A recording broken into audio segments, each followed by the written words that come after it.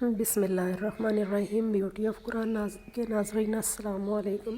جیسا کہ آپ تھمبنیل میں دیکھ رہے ہیں کہ سورہ بقرہ کی آخری 2 آیات کی فضیلت اس میں بیان کی گئی ہے اور جو حدیث سے بھی ثابت ہے، بس آپ ان کا پڑھنا اپنی لائف میں معمول بنا لیں۔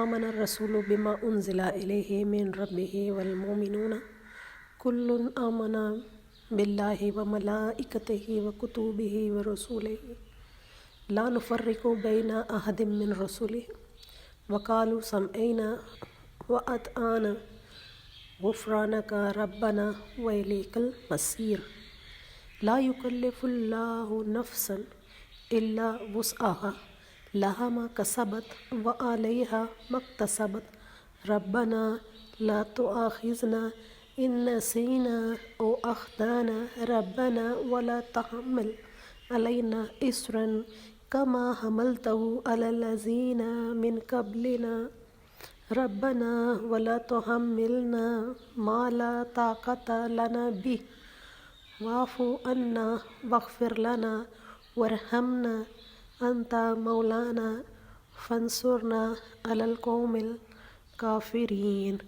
یہ سورہ بقرہ کی آخری آیات ہیں۔ ان کو آپ ہر نماز کے بعد بھی پڑھ سکتے ہیں اور ہر مقصد میں کامیابی کا یہ ایک پاورفل وظیفہ بھی آپ اسے کہہ سکتے ہیں۔